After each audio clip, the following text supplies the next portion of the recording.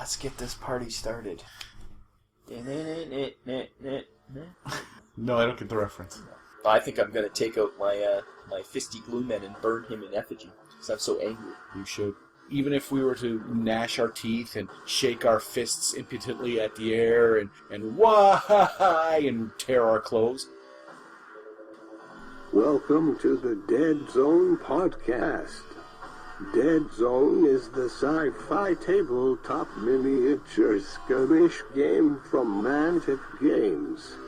And now, here are your hosts Rob Harper and Jack Fyke. I am your announcer, William Randolph Wintergreen. Welcome to the 38th episode of Deadzone the podcast for late July 2015.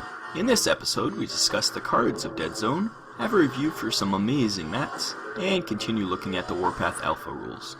As always, you can go to deadzonegame.podbean.com to see all the pictures, or you can go to youtube.com/c/deadzonethepodcast for the video version of this show. And now on to the episode. Welcome to episode 38 of Deadzone, the podcast for late July 2015. I'm Jack. I'm Rob. We're getting punchy. We're starting off strong. This is I feel we're on the right side of the bed, right foot forward. All those metaphors. Your face is saying no. And we'll go right into the news. Skip Jack's metaphors. So, the news. There is some concept sketches from the Infestation Kickstarter popped up. And the first one's just of the Plague Beast, the big beastie Jack doesn't want to paint, which I'll paint because he's crazy looking. But there's an alternate concept, which looks like it's a Sorak. Because look at the head, he's got the two horns, he's got different hands, and it's like a Sorak version of the Plague Beast.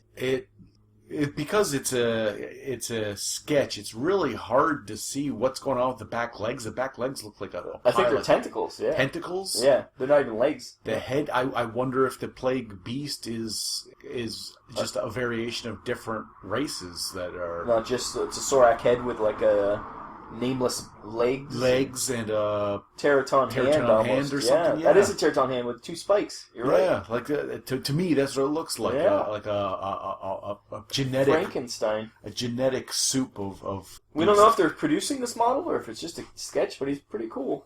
Hopefully they, maybe for the, if they do a second survey or something, or they just release it, because that'd be awesome. Or they're just adding it to the coloring book that they're going to release. It'd be fun to try to color this. All the pustules. Oh, pustules. Colored pustules. They also released the concepts, I never remember what they call these when they just do a one-off model for them. Like the sculpt, but I think it's a 3D sculpt of it. Of the Night Terrors for the Vermine. These are like the, almost like the tank kind of guys for them. Because they've got what looks like a weapon strapped to their back. This one's the weapon one, and this one's like the close combat with just a bunch of blades. Big sides hanging off, and they're nasty looking. And they're huge, because that's the other one we saw that was huge from last week, or a couple weeks ago. The Shredder. The Shredder, yep. And these things are just the size of the Shredder, just bent over. So anybody who thinks the Vermine are going to be little guys, like little rat guys, no, every single one of these creatures is huge. I think they've really upped the sculpts. Like they are cool. You compare the say the Plague, like the first gen, type. They're not. They're getting much better at producing really nice looking models. Those are gorgeous. These Vermine, I'll say it. I say it every time, but at the beginning I'm like, Ratman, not interested. The more I see of these guys, the cooler they are. They are really winning me over. I'm kind of wishing I had dropped some coin, actually. Well, there'll always be more Vermine. It's the beauty about this. Just because you didn't get in on a Kickstarter, you can always get in later. And that's it. But for the news, really, because once again, they're still focusing on that Kings of War. Oh, Kings of War. You'd think there was another game company that had a game that was just terrible, and then they just millions of people shifted to a different Kings of War, but that'd be ridiculous. So you're saying that maybe they're just striking while the iron's hot, and Mantic is on the cusp of winning over some disenfranchised... This is all from the Kickstarter, which was a year ago. So I think it's just luck, but it just... Everything's coming up, Mantic. Fortuitous. The planets have aligned, and Mantic, you're gonna... Your astrology sign is looking... I don't know. I don't believe in any of that. But there is a large influx of of ex Warhammer players coming into the Mantic world. We'll see if we can weather that storm. Welcome to the fold, I say. Oh, with open arms, I welcome thee. Well, I doubt many of them are coming to play Deadzone because they still have 40k over there to play. It's just the fantasy stuff that they're like, abandon ship. Yeah, well, there's only so many insults someone can withstand while you're forking out a vast amount of money. Yeah, it's sad. It's smart. GW's like, nobody can deny that GW is smart. That's all I'm saying. But we're getting into anything. Anyways, Okay. Let's take a break here for a Mantic ad. You have been listening to the Deadzone podcast with your hosts Jack Fike and Rob Harper. The Deadzone podcast is dedicated to Deadzone, the tabletop miniature game by Mantic Games. Visit them at manticgames.com. Hey, this is Community Pat, and you are listening to Deadzone, the podcast. And we're back. So that was a Mantic ad. How'd you feel with that ad played? I'm indifferent to that ad. I don't feel either strongly in any direction. I think I'm going to take out my my fisty glue man and burn him in effigy because I'm so angry. You should. Anyways, rules discussion. We're on to our another rules discussion here. And we've been building up to this one, really, because it's the one we're going to talk about this time is the removal of cards. And which cards will we remove and why? And we've touched on it all the time, but let's get into depth here. And we'll discuss it. The removal of cards. Yes, we have already discussed all of these things in other discussions we've Touched had. on it, yeah. Now, this is when we really... And I'm hoping with this one that we actually agree, because we've had I some... almost guarantee we're not going to agree, because there's one set of cards I want that you don't want. We're pretty divisive. We are. We thought we'd agree, but we don't. Anyway, so the three sets of cards, really, that there are the stat cards, mission cards, battle cards. So, obviously stat cards, they're the ones that almost guaranteed are going to be gone, or at least limited, really. Like, the starter set will still have them, but I don't think they're going to be. Yes. New units will not be coming with stat cards. I think those have stat lines. And that's a foregone conclusion. We heard that right from Ronnie's mouth. Unless something really strange happens, that's going to happen for sure. And do you think that's a good thing? You're all about, what's your theory about how clean the edge of the board The edge of the board, I think Ronnie as well is trying to clean up the outside of the playing area. Can get a little cluttered right now, and I think a nice, orderly, place for everything and everything in its place. Yes, you what was it? You wanted a pen next to your little notepad, next to your dice? Yeah, like just, there's only so much things you need there. A pen perpendicular to your notepad with a tray for your dice, and then some counters. Like, you don't need an entire... I do like... The reason I like stat cards is to, instead of putting activation tokens on the board, which I hate clutter... I'm the opposite. I hate cluttering the board. I hate things being on the board. So it's nice to be able to either tap a guy or put the token on. Like, we have sheets. There's one of the army builders makes like a sheet, almost like stat cards on a sheet when you print it. Yes. Which I really like, because you just put like tokens or wounds on the sheets on each of the characters, and I really like that one. The stat cards, I thought were... we use them. It's a tracking device. Just literally to see who's activated and to put wounds on them. So much so that we created additional stat cards so that we could keep track of Dogs multiple and types yeah. of the same model. We use them, but it's... But even then, like, it's getting to the point where it is cluttering up the board. I'd really much rather have that sheet with that you can just put... Even if you did stat lines which had enough room to put tokens on them. Like, so they're like maybe a couple inches wide. You know, like a stat line with a couple inches. Which they'd probably end up being if they want all the information on them. But again, it's a foregone conclusion. Ronnie himself looked us in our eyeballs and said they were on the outs. So yeah. And that's when people say, oh, the cards are leaving Deadzone, that's the cards he means. The other cards, we're not sure about. Even if we were to gnash our teeth and shake our fists impotently at the air and why and tear our clothes, they're gone. So it's not going to make any difference. But there's also, you go to any of, like, either the Facebook groups, the Containment Protocols, or the Board Game Geek groups, people are making their own cards for units that aren't in the game yet. Like, I know our friend Jeff Burbage there, he was making cards for Dreadball. So there's always going to be a secondary way to get cards if you really want the cards. tickets. Yes. And the next set of cards would be the mission cards. And obviously they're useful for learning the game and for beginning games. Do you think that they're useful going forward? Do you think mission cards should be continued other than in the base? Once again, the base game will come with mission cards because they're already in there. Yes. And me personally, I think there is a place for them. I think they're a nice step between when you get the game, don't use them. Don't use don't use the mercenaries. Small army, we're here, fight. Small army, fight. Just clash. Just to learn, yeah. Then when you've got the basics down, when that becomes, okay, we know what we're doing. The mission cards do an excellent job of shaking things up. Break you out of the mold that you got into when you started, make you change up how you're thinking, make you change strategies, and give you objectives and add a level of fun. I like them, and I hope they stay with the base game. And I will disagree 100%. Oh. We're starting off good here. Because what you like about it, they do already with scenarios. And the scenarios can be more in-depth and be a lot more interesting and add more than a simple card that a lot of times seems impossible to do. Okay, so two people just pick two random cards out of a deck of 30. How many scenarios can you put in a book that would add a book, even 20 cards each? How much playability? But how many games are you playing? As much as I can. I love the game. But I mean, like, do you not like playing the game? Is that what you're saying? What the key is, they should just release a lot more scenarios. Just like every week, throw in another scenario. You know, just keep pumping out scenarios. Every Ironwatch magazine should have a scenario in it. Speaking of which, how would we go about contributing to Ironwatch Magazine?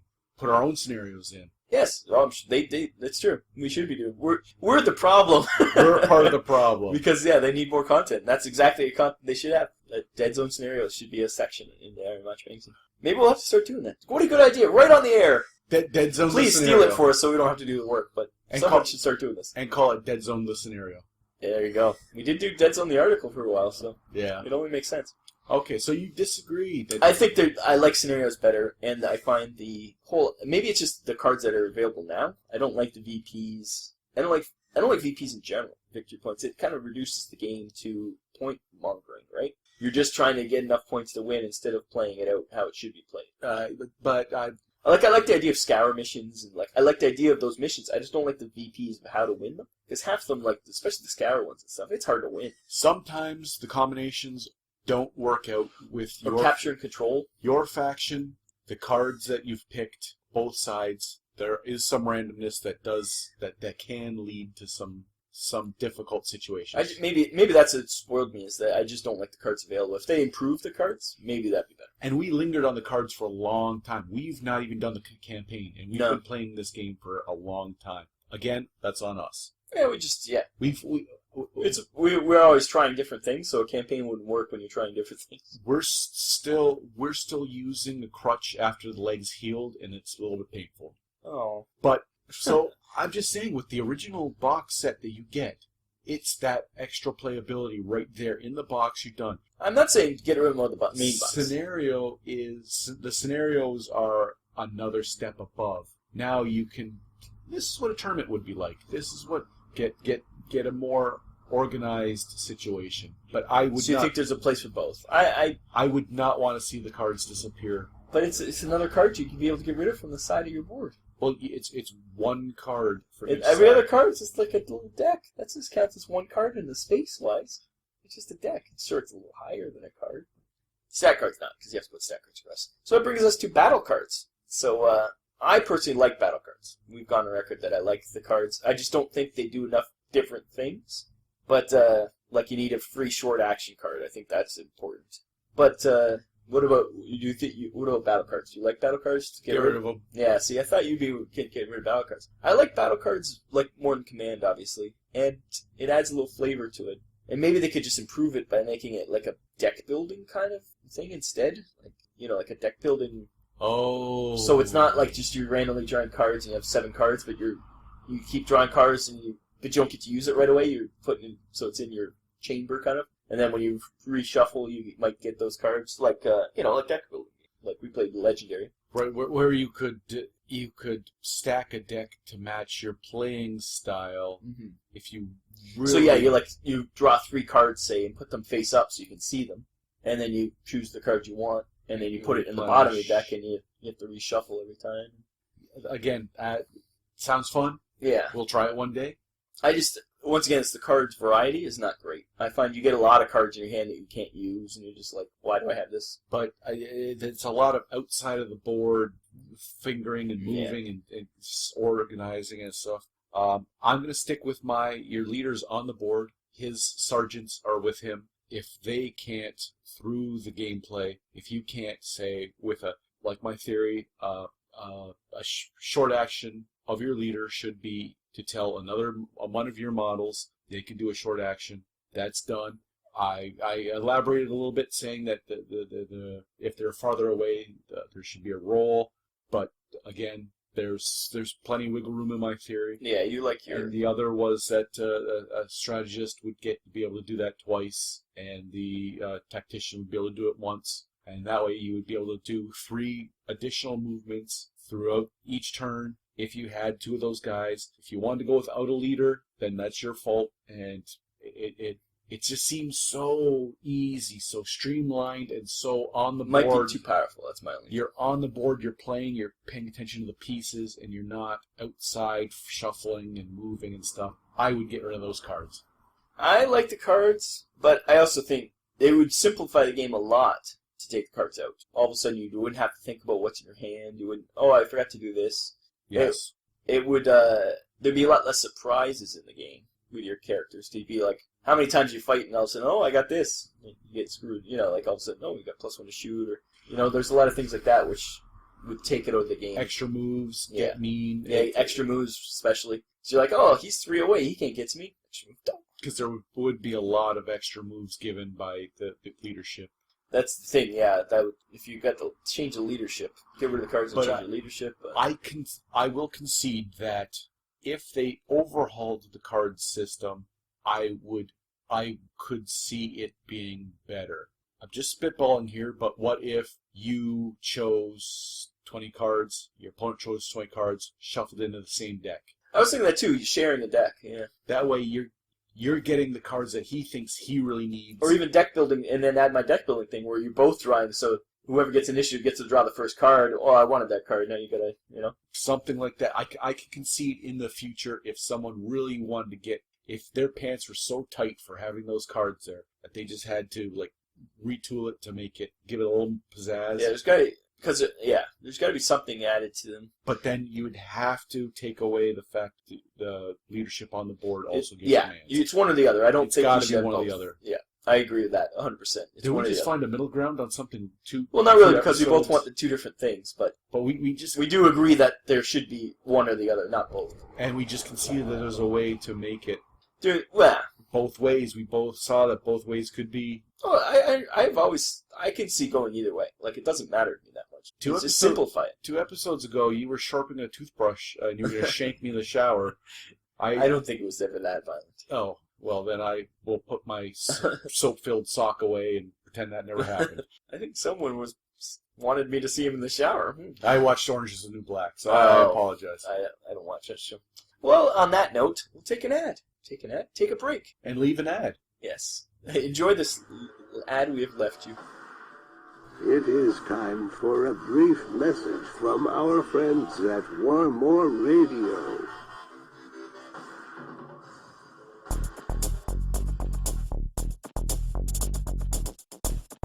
This is the Strike Zone. Yo, Dreadball fans, the Strike Zone podcast is all about entertaining, educating, and informing you about everything Dreadball. We record twice a month, are an hour long, and are child-friendly. You can look us up on iTunes with the keywords Dreadball and Strike Zone, or on our main website, www.warmoreradio.com. Enter the Strike Zone. Welcome back to the Deadzone podcast. It is shout-outs time. And we're back. That ad was hilarious. I feel strongly about that ad. I support everything in that ad. At no point was I like, meh. No, I wasn't either. Highly entertained. So, we got some shout-outs. They're back. We took a shout out off last time. Well, there was a bit of a drought, was there? Yeah, we've been droughted. People are too busy. They're too busy for us, Jack. It's the summertime.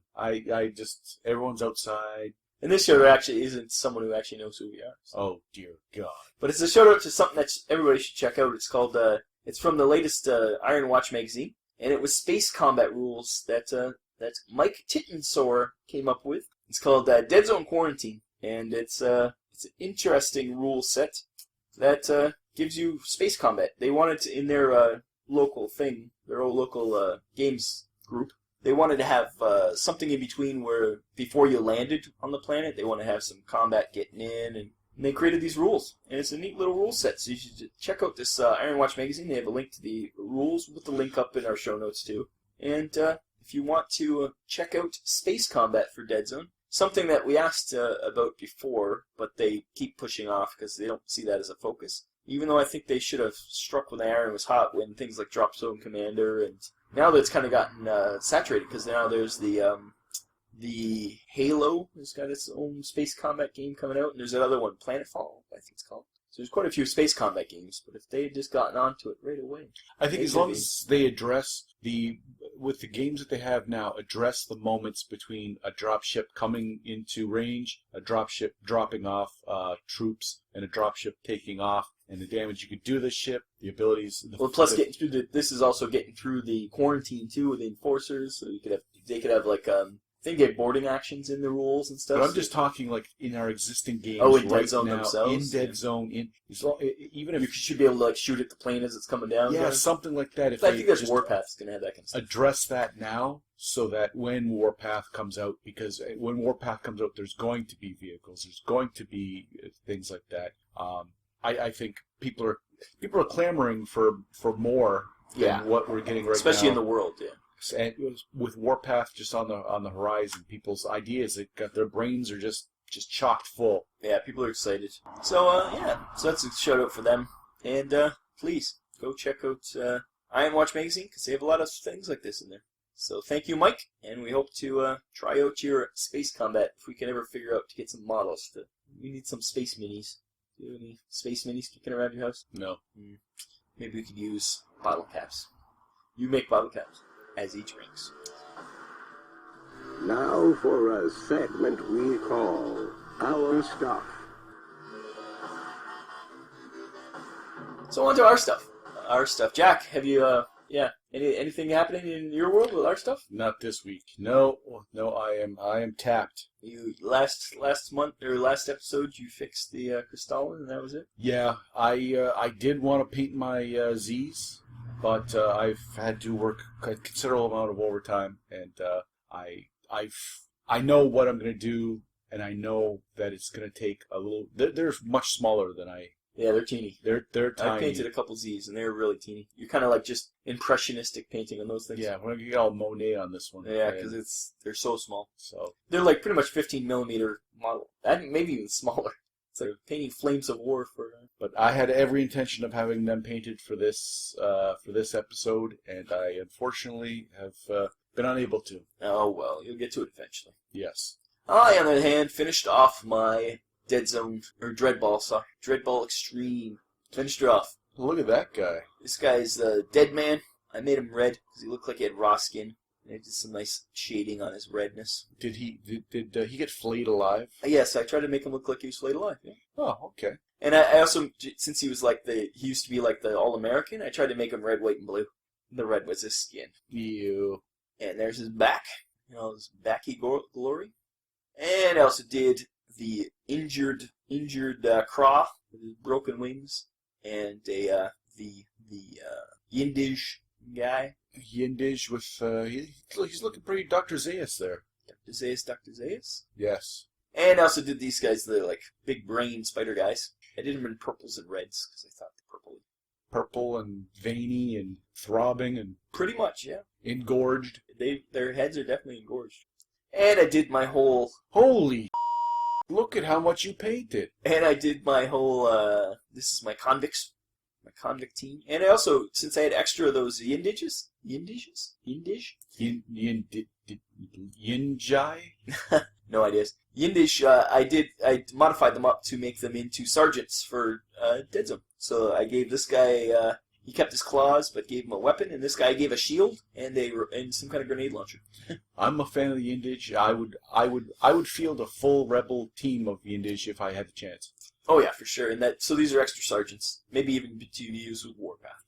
So there you go. That's what I did. You did a considerable amount. Yeah, I had a lot of time to.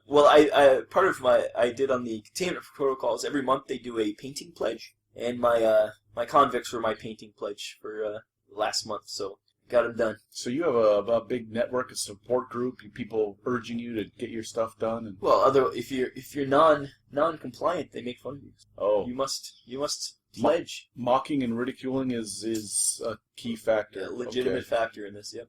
So that's what we did. And we'll have a little break here. Speaking of Ironwatch Magazine, we'll have an Ironwatch break. And please do contribute. It is time for a brief message from our friends at Ironwatch Magazine. Do you like Mantic games? Do you want to read about your favorite games in a monthly magazine? Have we got the offer for you? Ironwatch Magazine. Ironwatch brings you the latest news, articles, and short stories taking place in the Mantic universe. Dreadball, Kings of War, Deadzone, Warpath. You want it? They got it. Ironwatch.wordpress.com. Get it now for the low price of free. You can't beat that at twice the price. That's ironwatch.wordpress.com. Download now. We now return to the Deadzone podcast. And now, a review from your hosts at the Deadzone podcast. And welcome back to the Deadzone podcast. We're going to try a little something new, a little review. We've done a lot lately. Yes. And this review is for something very cool. And it's by a company called Mats by Mars.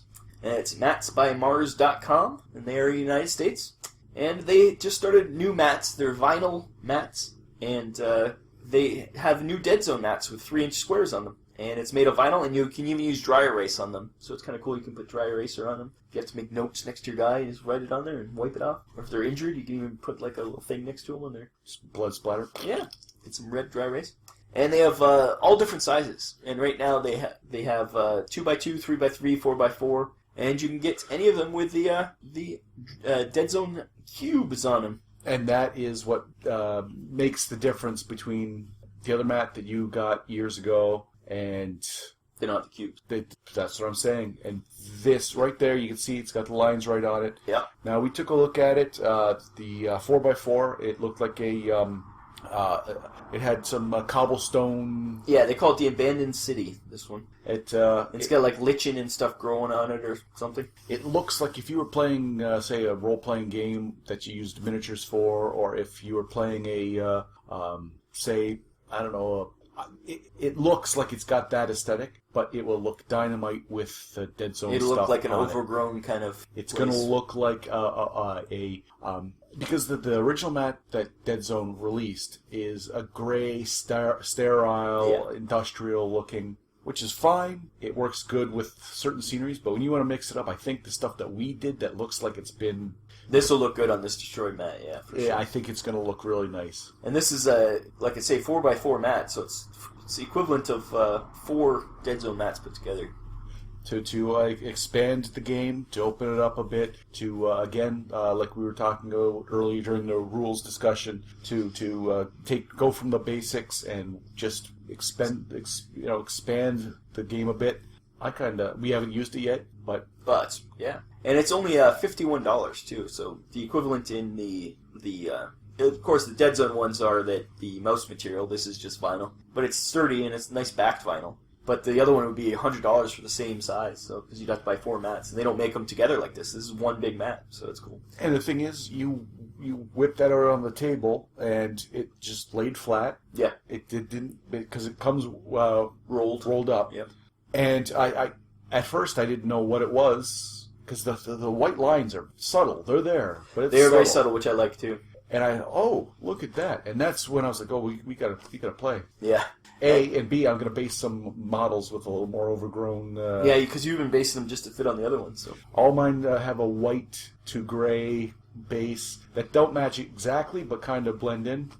And they do have at Mats by Mars, they have a bunch of different designs. We also got some 2x2 mats. We got a Winter's Wrath mat, and it's a snowy plain. I thought it'd be fun to do some buildings with some snow on it to fit on this too. Because we never get to do weather effects kind of. When's the next time we're getting some terrain that we can do that? Infestation is definitely that's in January, but you never know what happens with. Well, we just got those buildings a couple of weeks or episodes ago from that other company. That's true. Put together and maybe do some winter on them. That'd be kind of cool.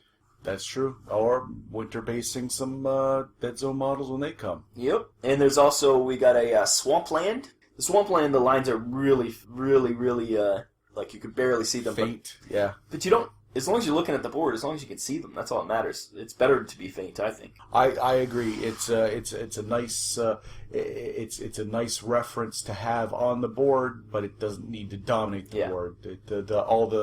All the extra, and it's just a 2-dimensional printed thing, but it does add an interesting element to me, anyways. Yeah, for sure. It's just cool. And you can maybe for the swamp one, maybe make some rules about water effects and who can go in water or movement -1. Yeah, you have to make terrain rules for it. Travel rules. Yeah. And the last one we got was it's called The Desert, and it's just cracked earth, and it looks very cool too. As far as I'm concerned, that was the nicest looking of the ones that we have here physically. That I was the cracked earth you like the best? Yes, it looked like cracked earth. The other ones had like a hyper realistic look. Yeah, this one looks real. It just looks like cracked earth. Yeah. It's just looks like you're looking onto cracked earth for sure. Yes. And the lines are a little bit, since the color, you can see the lines a lot more. And they do the color, on the other boards they do them in white, which is cool. And this one they do them in black because they'll show up better.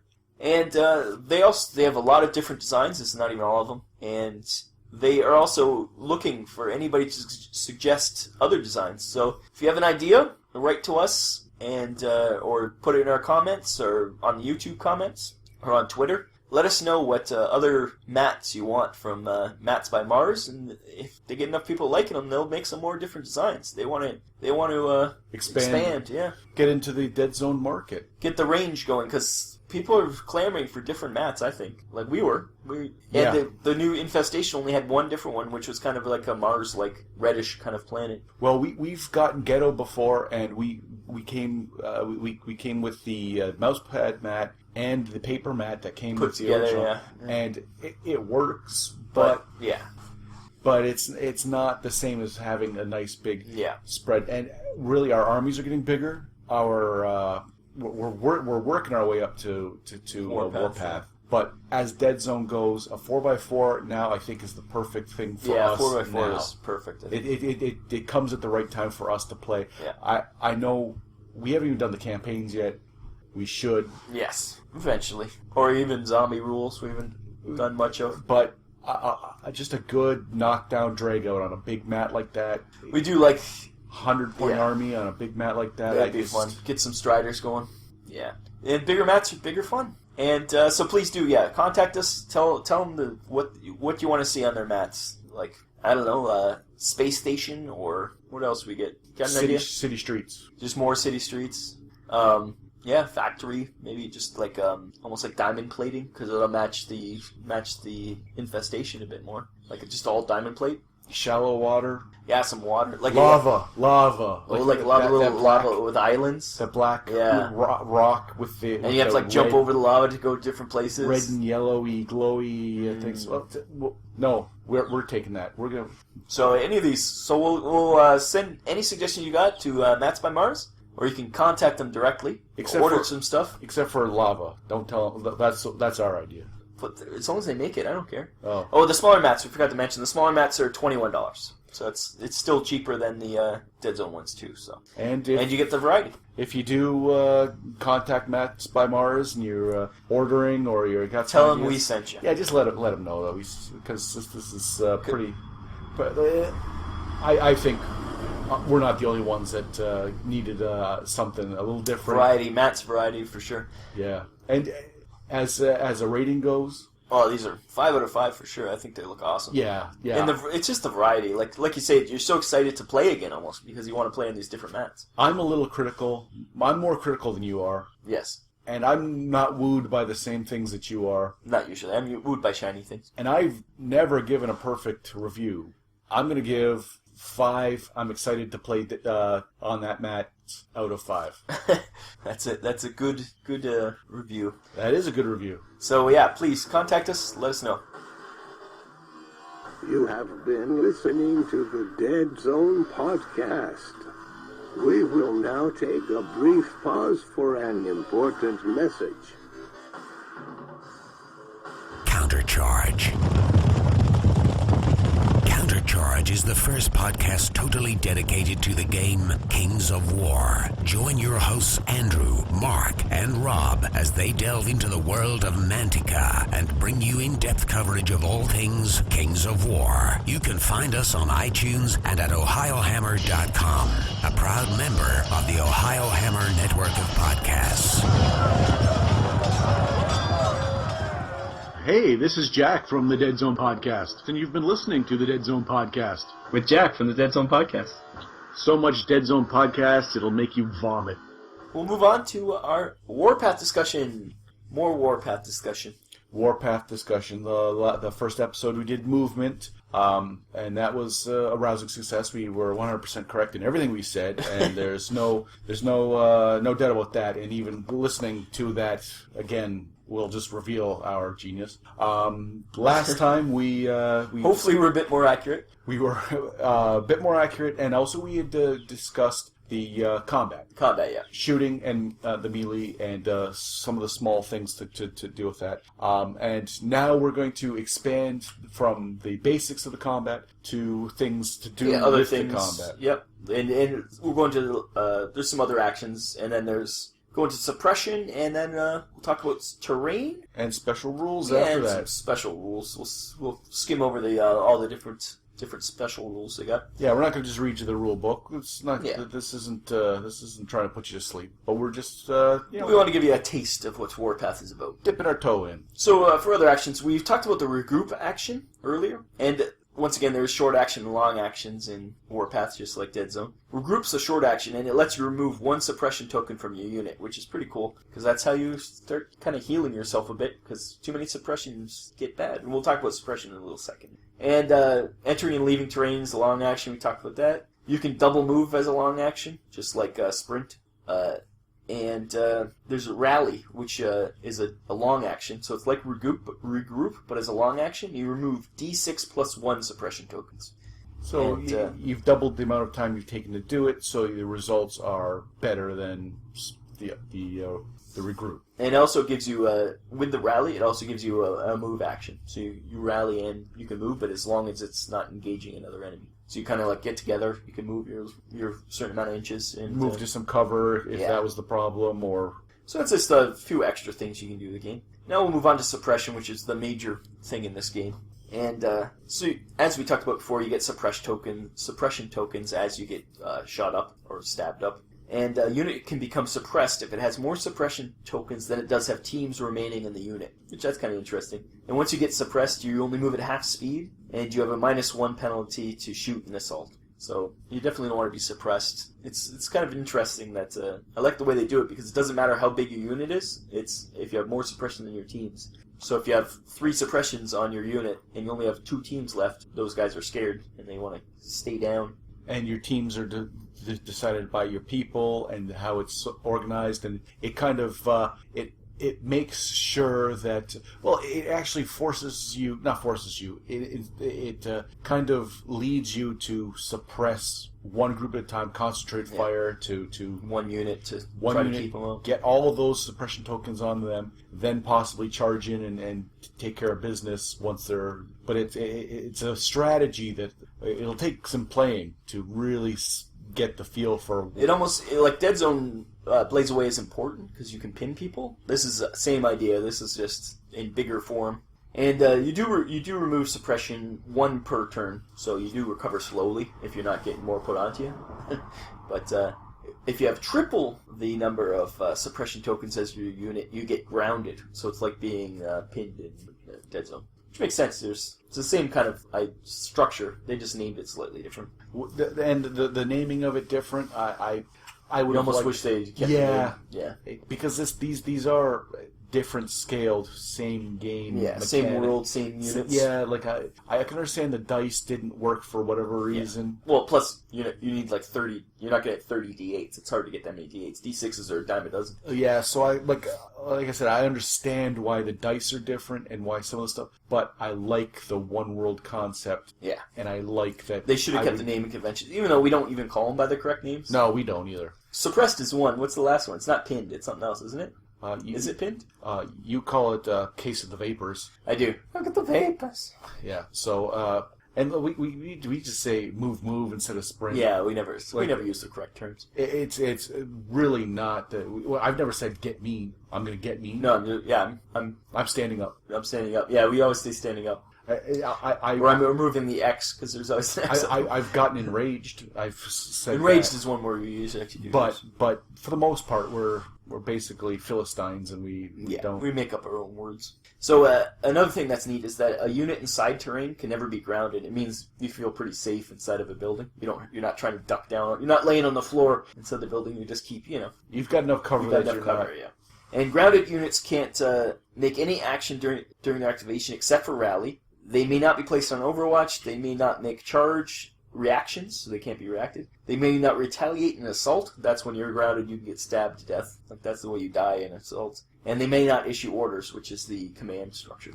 So being grounded is pretty bad. That means you're pretty much just laying on the ground or hiding behind a wall.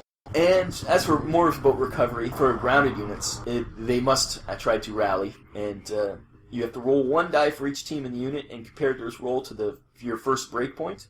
And for every roll equal to or greater than the breakpoint, 1 team is removed. So when you're grounded, guys start just either abandoning their unit or quitting fighting. They don't want to fight anymore. So being grounded is very bad. And now we'll move on to terrain. There's a few different types of terrain. We've mentioned the terrain types before, but there's pretty much just like 3 different types here. There's impassable terrain, which just means you can't go through it, you can't be in it. Next terrain is decorative terrain, which is small terrain pieces that do not have a defined area and it has no effect on the game. So you can make trees and stuff and make it look pretty, but it doesn't really affect anything. And you can move or attack without penalty, and they can still block line of sight, obviously, because the tree will stop. Give you partial cover or something if there's a bunch of them. And all the terrain's given heights to help with line of sight, so you can do that. And then the last thing is there's defensible terrain, which is either things like buildings and something you want to defend, maybe a wall you can defend. And it's it's anything for large and sturdy enough to take troops to take cover in. It's impassable to tanks, which obviously there's going to be tanks in this game. And you have to get in or out, you have to use a special ability to enter or leave terrain. It's an action to move or enter or exit terrain. And you have to have, your whole unit has to be all the way in. It can't be half in, half out. And they say it's best to put just 1 single model in the terrain to represent all your guys being in it, because you don't want to just have to pile all of your guys into the terrain. So you just put your hub unit in there and take all your other guys off there and say, no, they're all in there, And you can, obviously, it helps with rolls if you're inside tough places. Like we discussed earlier with the charging, you get extra things if you're in fortified or defensible terrain. And fortified terrain is something that's it's extra protection. It's got armor or something. It's meant to be like a bunker, is a fortified terrain. And it gives you, once again, if you get charged, you get to shoot at people through that. Because a abandoned house doesn't have the same ability to weather coming at you, than say a pillbox or something. Yeah. There's sure you can guys can still get into a pillbox, but it's going to take a little bit longer. It gives the guys time to shoot at you. You have to probably climb in the window so they can shoot at you while you're climbing in. And that's pretty much it for terrain. I'm sure the terrain rules will get expanded with the official release. This is just the alpha, as we were saying. And on to some special rules. They have a bunch of different neat things. There's things like anti-grav, and it gives you anti-gravity. Obviously, I bet Enforcers will have this as their jetpacks, and it lets you move over terrain without being slowed down by things. There's anti-tank weapons, and there's Blast, which is very similar to the one in Deadzone. And things like Experimental, which is kind of interesting, kind of like Deadzone too. Same with Deadzone. Yeah, it could give you suppression tokens if something bad happens. There's a lot of different stuff, like Fire in the Hole. You can, it's a special ability. You can, no charge reaction can be made against the target units, because I think you kind of throw in smoke grenades before you charge, so they can't see you to react. It's kind of neat. It's an ability that either a weapon will have or a group will have. And it's just, there's things like orbital commanders, which you can send in, you can send down shots from space.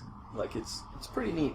And this is just the alpha, like I say, you can get many more different things. Yeah, those are the first little toys in the toy box they're letting you play with, but that list will expand, most likely as parts of scenarios, but also probably as different units are created, and they're kind of going to have to keep expanding to mix things up. But that's a nice start. Oh yeah, there's a lot more too. There's, it's just like Deadzone where there's a lot of, not so much abilities. It seems like they're learning from Deadzone. There's nothing like +1 shoot, or it's all the things like, more complex things that they have to explain as a ability. Again, it's only an alpha. This isn't the official rule book. This is just what they're giving you to play with now. Appreciate it. Yep, for sure. And, yeah.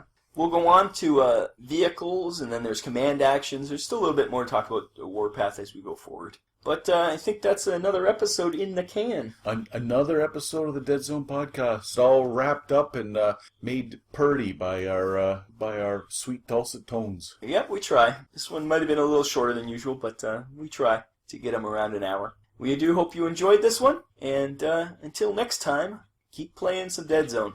I'm Jack. And I'm Rob. Bye-bye. Thank you for listening to the Deadzone podcast. I have been your announcer, William Randolph Wintergreen. Visit the website, deadzonegame.podbean.com. Email your hosts at deadzonepodcast@gmail.com. On Twitter, you can follow the show at Deadzone Podcast. The Deadzone Podcast is a production of Vinland Old Time Radio Productions.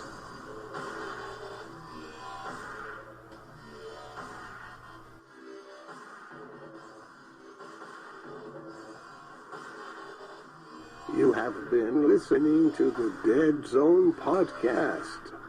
And now, a word from the fine folks at Vinland Old Time Radio.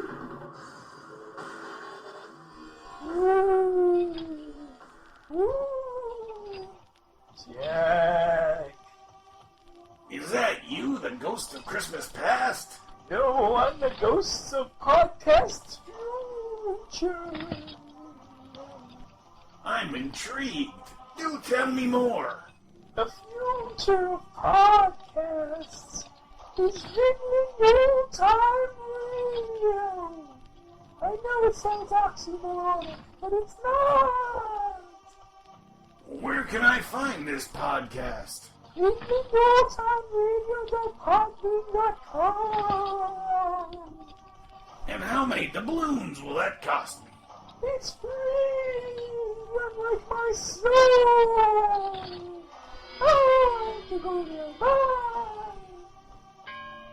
You boy, what day is it today? It's Canada Day, it seems. Well, go buy that biggest Christmas goose in the window. That makes no sense. I'm just taking your money and leaving. VinlandOldTimeRadio.podbean.com.